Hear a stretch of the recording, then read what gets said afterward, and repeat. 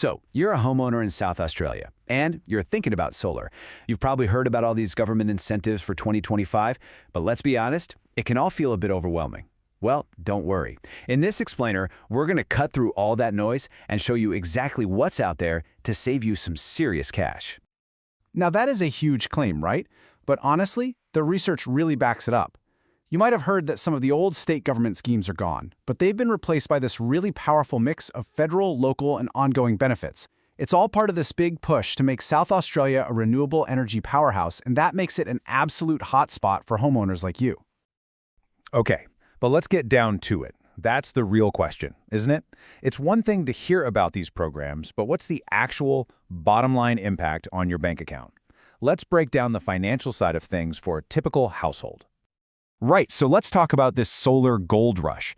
While some of those older state programs you might remember are a thing of the past, don't be mistaken. What we have now is a really potent mix. We're talking about federal rebates that just slash those upfront costs, super generous local council grants in certain areas, and ongoing credits that literally keep paying you back year after year.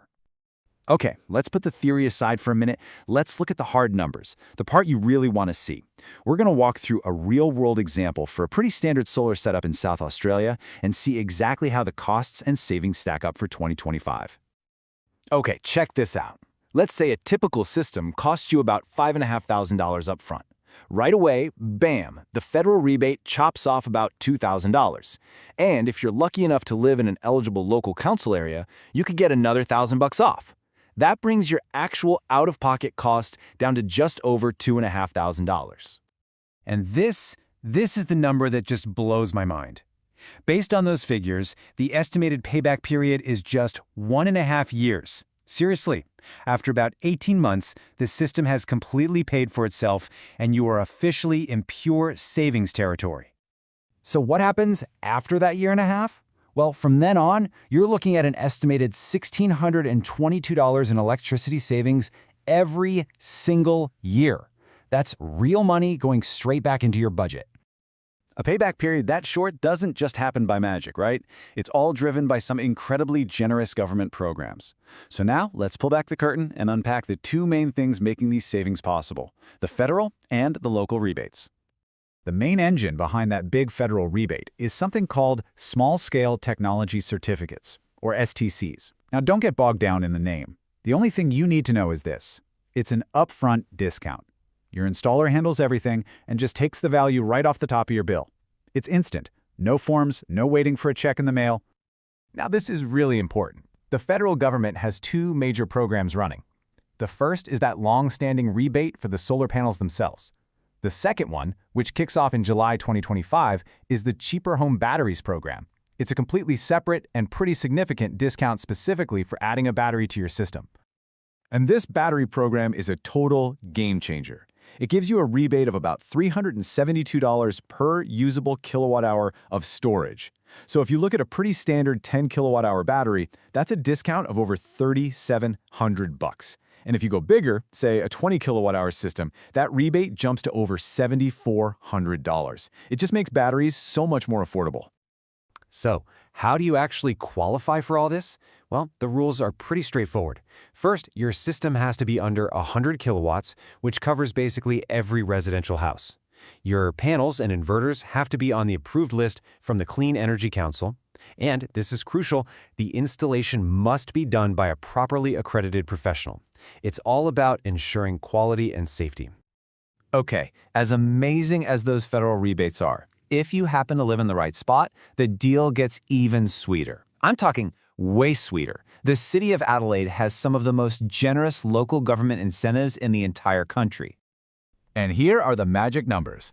These incredible local rebates are specifically for properties in postcodes 5000 and 5006. That's the Adelaide CBD and North Adelaide. If that's you, you're definitely going to want to pay close attention to what's coming next. This is where it gets just wild. The City of Adelaide offers a cash rebate that can go up to $5,000 for larger solar systems. And then there's an additional rebate of up to $2,000 for installing a battery. And yes, to be crystal clear, you can claim these on top of the federal rebates. It's an unbelievable offer. Okay, so the upfront savings are obviously massive, but the financial benefits don't just stop once the installers leave your driveway. Now we're going to look at the ongoing ways you save, like getting paid for the power you don't even use, plus some other handy bill concessions. So, this is the feed-in tariff, or FIT. Simply put, it's the rate your electricity company pays you for any extra power your panels send back to the grid. The rates are competitive, so it really pays to shop around. There's also a cool new system called flexible exports. It basically allows newer systems to send more power back to the grid, up to 10 kilowatts, when demand is high, which can really maximize what you earn. And it doesn't even stop there. Beyond all these solar-specific programs, South Australia also offers direct financial help for eligible households. We're talking about things like the cost of living concession and the energy bill concession, which can take another few $100s off your annual bills if you have a valid concession card. So, we've seen the incredible numbers and the programs that make them happen. This final section is all about action. We'll give you a clear step-by-step plan to get started, along with some really essential warnings to make sure you don't run into any common problems. Here's your game plan.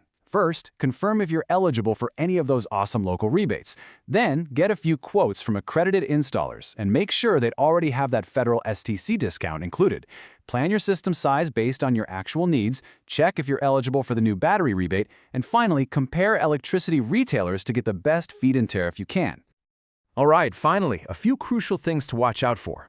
Be aware of the flexible exports trap. It relies on your internet to work, so if your Wi-Fi drops, your export limit can fall dramatically. Be super wary of free solar scams. They're almost always just complicated, high-interest loans. Always verify your installer is properly accredited and make sure to get any potential hidden costs, like a switchboard upgrade, included in your quote from the very beginning.